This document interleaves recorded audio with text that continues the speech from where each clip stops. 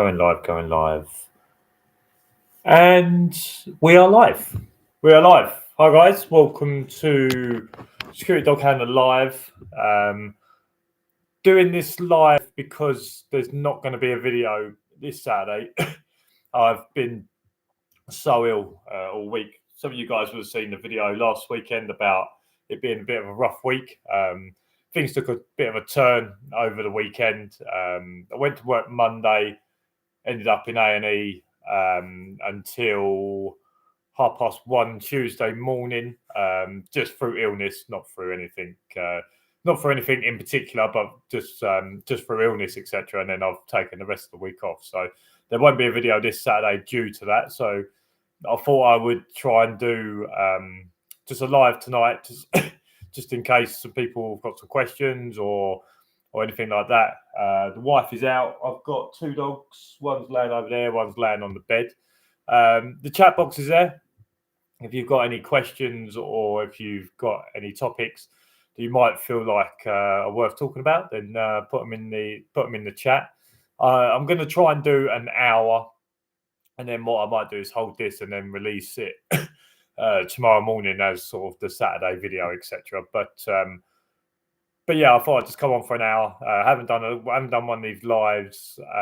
Haven't done one of these lives for quite a while. I think the last time I'd done a live on the computer was August 2023, so over a year ago. And obviously, I was doing lives on mobiles when I was working nights, but ever since I've been working days, the lives have kind of stopped. So I thought, although there's not a video this Saturday, I'll try and do something for you tonight. Chip King, how is married life treating you? Married life's been really good.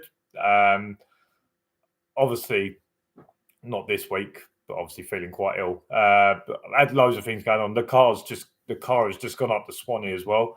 So it's a bit of a coming all in threes. I'm really ill. The car's just gone up the Swanee, and I can't remember what the third thing's going to be, but I'm sure it's going to hit me like a ton of bricks at some point. But yeah, married life's good. Getting through it. We will be moving soon as well, so we'll be leaving this flat, and we will be, hopefully, fingers crossed, not everything's gone through yet, but we'll be buying a house with a garden for the dogs. So that will be much better for them. Obviously, I walk the dogs quite a lot around here. Obviously, I take them to work quite a lot. And I take them to my mum and dad's where the field is. So the dogs always get enough sort of exercise through work and obviously taking them to mum and dad's and different things like that. But it's just going to be that much easier to have a garden for the dogs, etc. But be a good place to bring your children. Well, that could be the third thing that smashes me in the face this week, isn't it? But yeah, so like I say, other than that, everything's going well.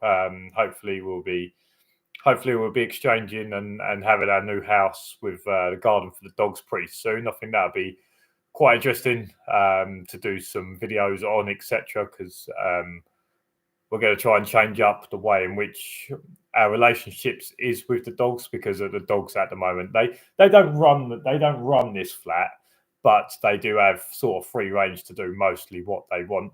When we move to the house, there's going to be some strict rules. There's going to be some changes about that sort of stuff, etc. So there'll be some videos about that. But yeah, like I say, it's going to be exciting, I think, through until the end of the year, etc. This year has been an absolute nightmare, to be honest. Other than getting married and all that sort of stuff, this year's been an absolute nightmare. So hopefully to get a nice ending to the end of the year will be really good. That might have to start with getting a new car though, because apparently Vauxhall refusing to make a 1 foot brake cable now means that my 4, 5, 6 grand car, whatever it is now worth 200 quid scrap. So, but hopefully we'll be able to find one and get that going. So yeah, like I say, chat box is there if you've got anything you want to talk about. Work.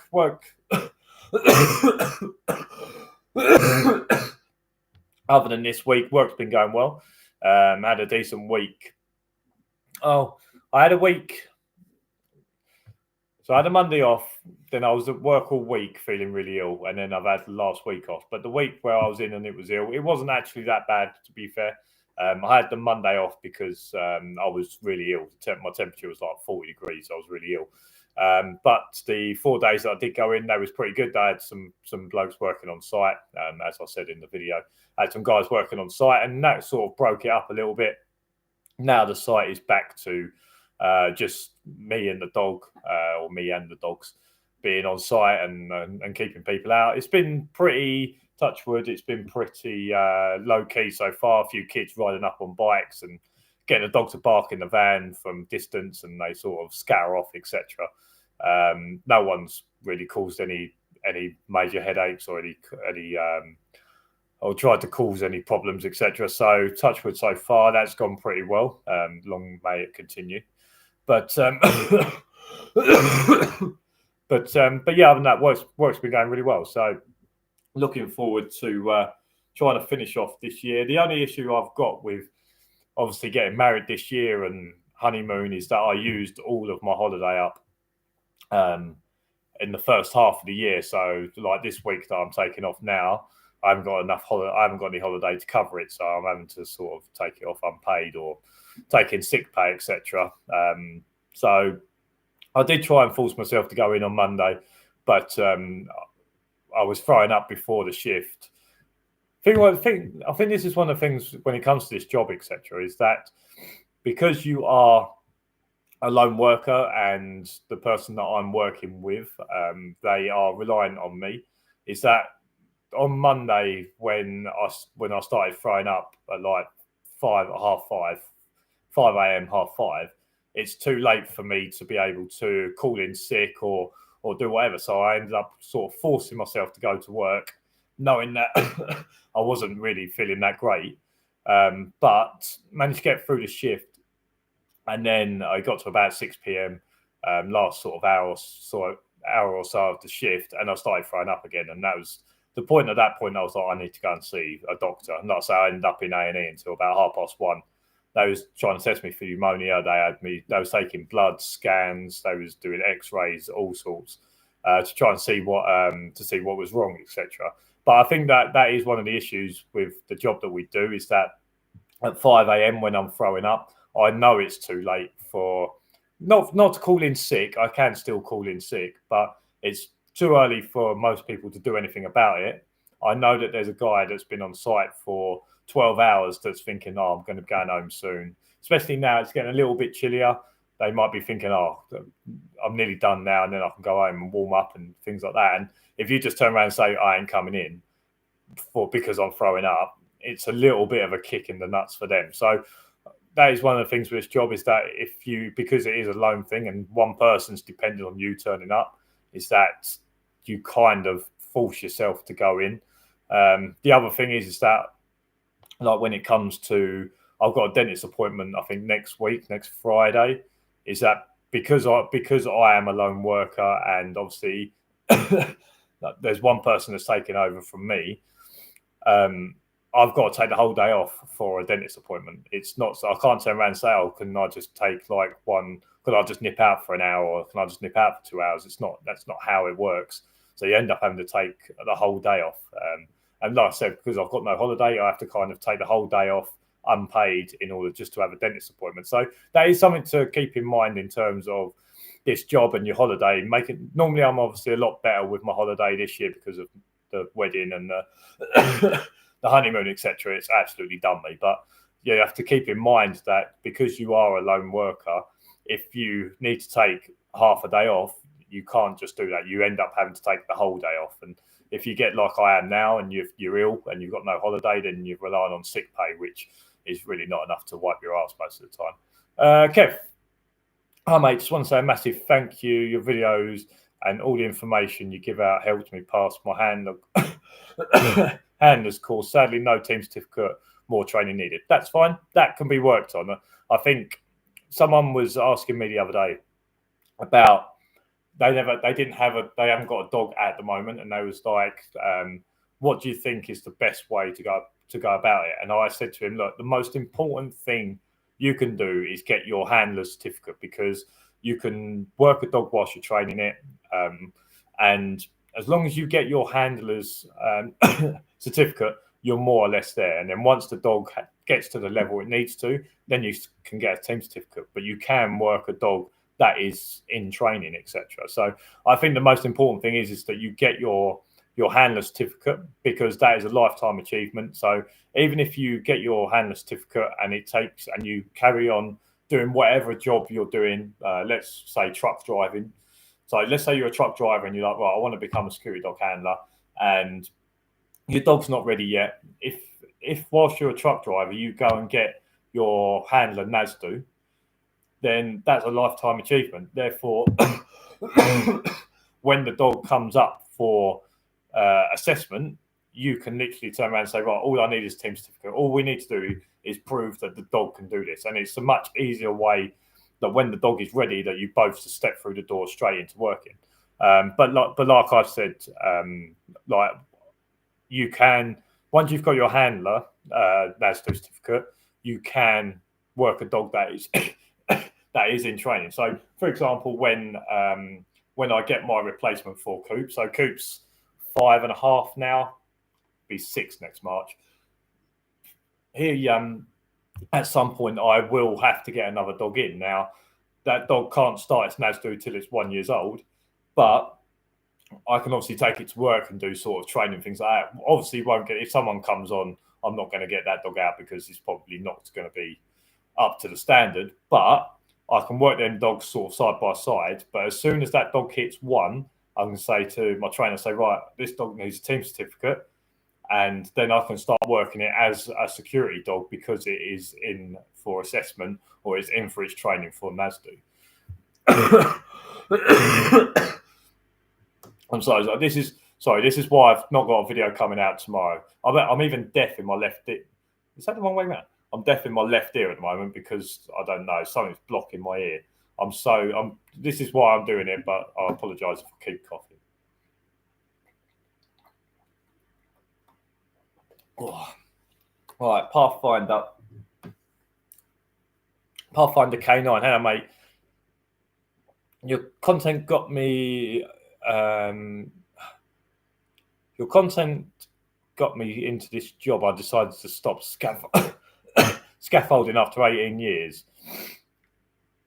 Finishing my first week and loving life. Thank you. Yeah, I think that if you, they're the kind of messages I do like to get, because look, I put content out there. It doesn't get loads of views. It's not going to be groundbreaking, but I think it is a real. I think the problem, not the problem with my content. I think the good thing about my content is that it gives you a real look at the job, and I think that I could quite easily get more subscribers, more views, and different things like that. But it wouldn't be as good a look as the job as I would want it to be. I like it when people get a good idea of what this job is, and then when they step into it, they know exactly what they're doing. And I'm really happy that you're finishing your first week and you're loving it. I think it's one of the best jobs you can do if you're into working with dogs or training dogs, or you just like spending time on your own, etc. I think it's one of the best jobs that you can do. I've been doing it for 4 years in January. I think 2020, before 4 years in January, and I've not hated one day really. There are shifts where you think, oh, this is a bit crap, or especially when I started and I wasn't set up and it was freezing cold and snowing and I'm sitting in a car or a van freezing my nuts off. There are times like that where you just think yourself, like, do I really want to do this? But I think that they're like maybe 1 or 2 days a year I get a little bit like that. Other than that, I'm always so happy to be doing the job. And obviously this time of year is obviously really nice because the weather is pretty good and it's really warm, etc. I started my first shift was like the 11th of January or something, and it was about 2 degrees and it was absolute hell. And I think that starting at that point really broke me into the industry of understanding, right, this is what it's going to be like. So we need to we need to get it sorted. But the funny thing is that I started in January, done it till about March, and then I was cold all of that time. Like, it was so cold, it was snowing. Every night I was trying to work out how to keep my toes warm, etc. And then I went to the next site, and that had full facilities, etc. And I was trying to keep warm whilst keeping doors open. Like, I had like a kitchen area, and had no windows, so I wanted to keep the door open so I could keep an eye on site, but had the heating going, and it really wasn't keeping me warm. And after about 3 or 4 months of doing this job, I just thought to myself, what am I doing? And I bought, I think, a £10 extension lead and a £15 heater off of Amazon. And I started doing shifts in my van with the heater and with the extension lead and the heater. And it's the warmest I'd been. And I was thought to myself, for the sake of 25 quid, I've just spent 4 months freezing my nuts off. So I think that you need to, when it's coming into when it's coming into winter, forget about, I don't know if I want to spend 20 quid on this, 40 quid on that. My advice is do what you have to keep warm. And I can't remember what site I went to next. I went to a site because I had like a 10 meter extension lead, and I went to one of my next sites, etc. And the 10 meter extension lead wasn't enough. And the next day I was on 45 quid, like 20 meter extension lead, etc. I didn't even mess around. And I think that once you understand how much better life is when you keep yourself warm, enough when you keep yourself warm.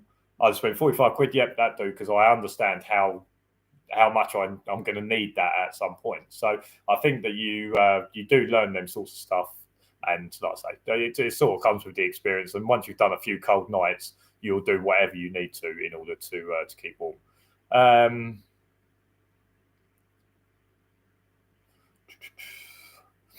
Do I need to get a cover letter from my trainer to say my dog is in training? It depends on what you get in terms of training records. So on they're in the van. I haven't got one here. They're in the van. I've got training records. So every session that I go to or that I went to, it has on there my name, date of birth, etc. But then it has Cooper's details. So it's Cooper, German Shepherd, black and tan, chip number, etc.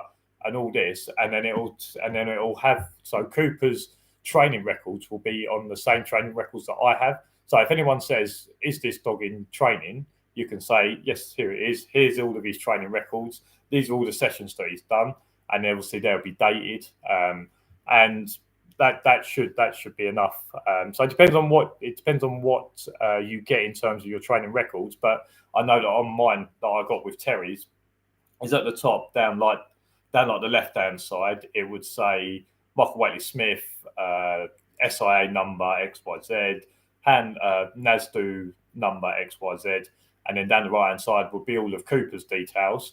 And yeah, that says that me and Cooper have been to training, and then it'll have on there that we've done obedience, we've done a patrol, we've done protection work, or whatever it is, and there'll be Cooper's training records along with mine. So as long as you have that with you, then that's proof that dog is in NASDU training.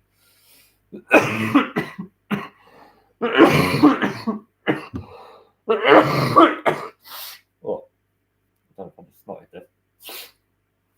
Oh, don't worry, dog. I'm still alive. Curled up on the sofa. Oh. Oh. So has anyone had anything else going on? Has anyone got any stories or anything that might be worth sharing? Oh, what's the time?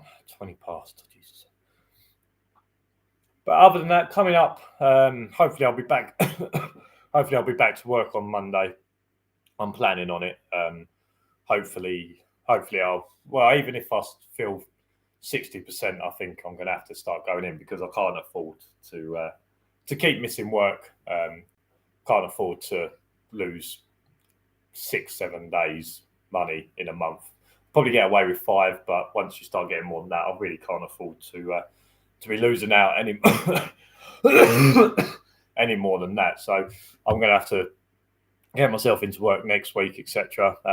Which hopefully will be okay. I'm working days, so hopefully the temperatures will stay reasonably warm, so I won't be trying to keep myself warm, etc. I think that might have been some of the issue that I had as well, is that because I was working days, it was boiling hot, and I think that I might have got a little bit ill from being in the van when it's been a bit hot, because as much as you get the dog out and try and keep the dog cool and things like that, when it's 20, 24, 25, 26 degrees, the dog doesn't come out that often, and it's all about trying to keep the dog's temperature at a sensible level. So you end up keeping not keeping the dog in the van, but the dog being in the van in the shade as much as you can, and obviously getting him out to do patrols and to do toilets, etc. But there's a fine line between obviously it being a nice weather to do security dog handling than it being too hot. I think once you get above sort of 17 degrees, you start seeing the dog fatigue quite quickly. Obviously, anything over 20, you obviously need to keep an eye on the dog and restrict what he does. I think like the perfect temperature for security dog handling is about between 9 and 13 degrees. I think anywhere between 9 and 13 degrees is like perfect dog handler sort of weather. So it's not too cold, but it's not hot, and the dog can be pretty active during the shift, and he's not gonna have to worry about heat stroke or anything like that, etc. So anything sort of over 17, 18, you need to start monitoring how much you're actually doing with the dog. So actually, when it comes to summer, as nice as the summer shifts are, it's not really dog handling weather, to be honest. It's a bit odd for the dog. The dog comes out if needs must, really, more than anything. But I think it's nice to be able to put the dog out on a long line on the back of the van, and let him just have some shade out, just chilling out in the back, outside the back of the van, etc. That can be a nice way to spend a shift, etc. But I'll say somewhere between 9 and 13 degrees is a really nice temperature for security dog handling. One of my favourite, anyway. Oh God.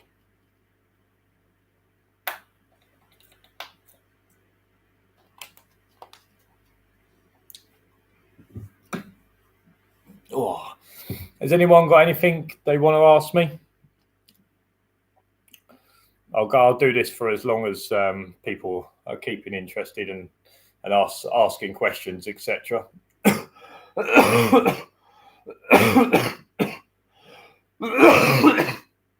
Oh man.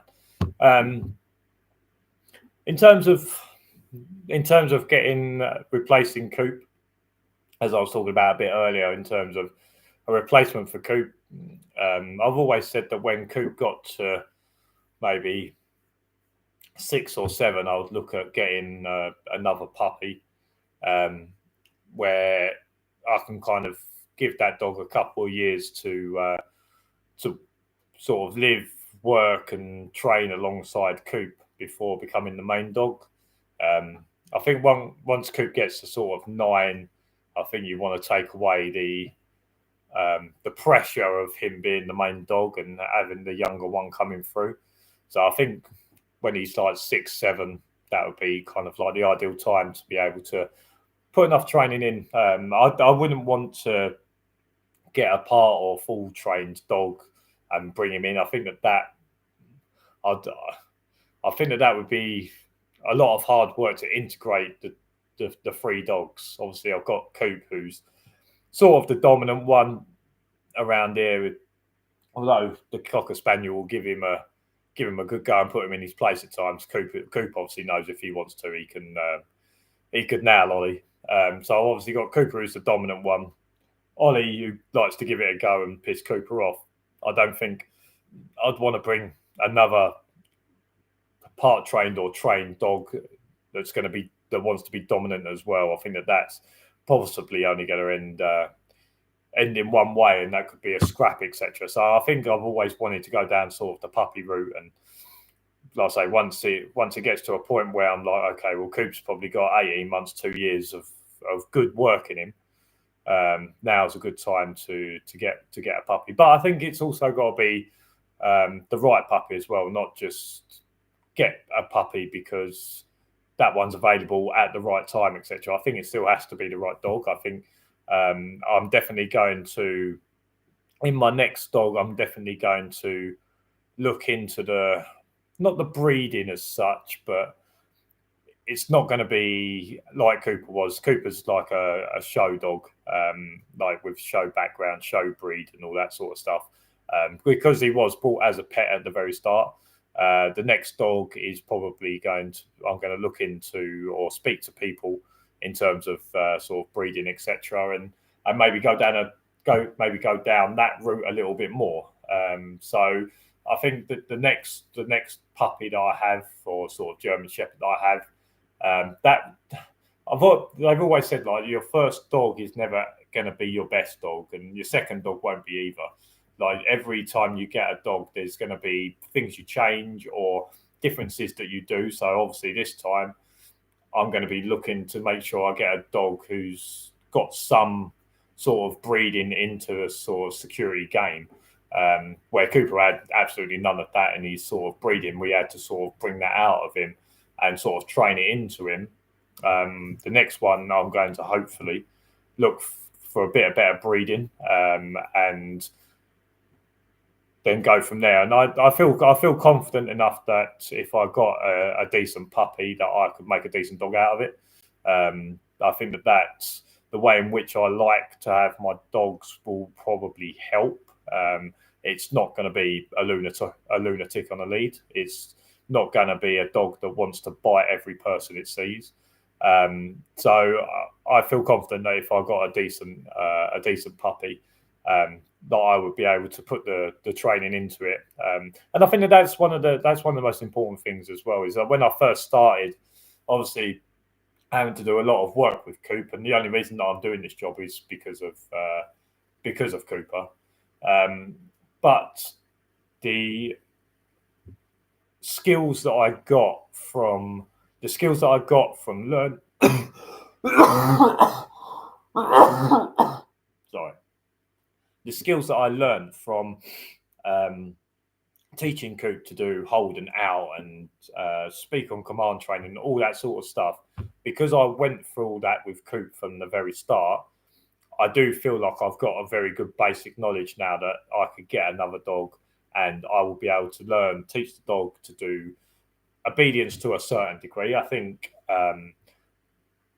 obedience is always very opinionated.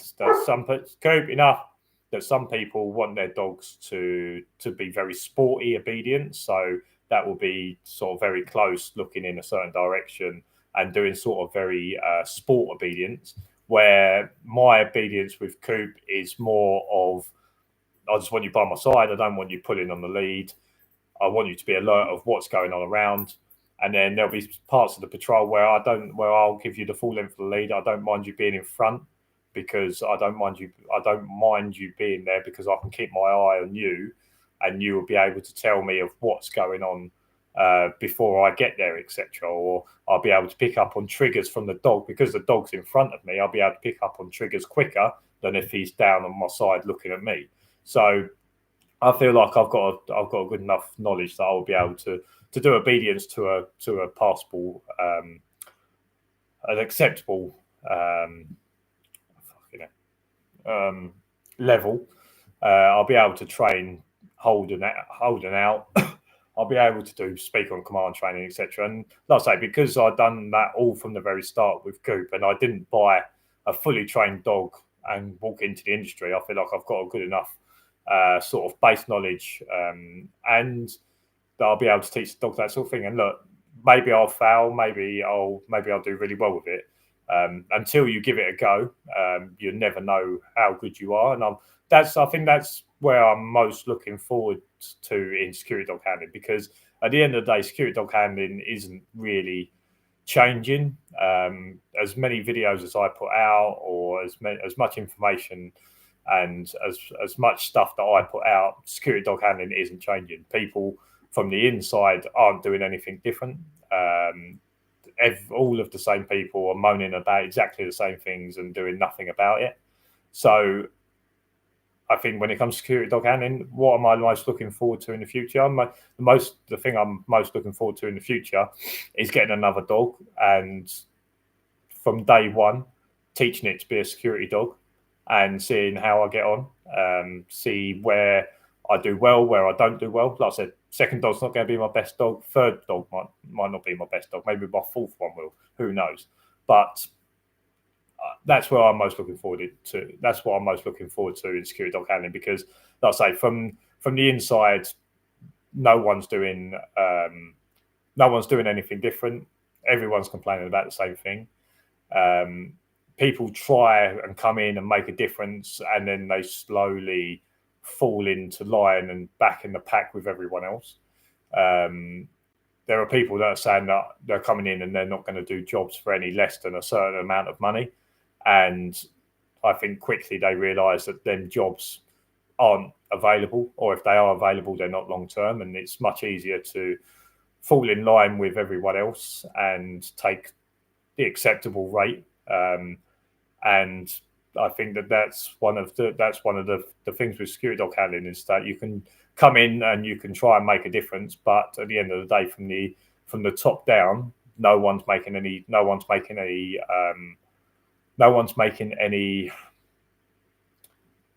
changes. No one's making any decisions. They just want to bob along as they are, get their money, maybe make sure they don't put themselves out as a bad name.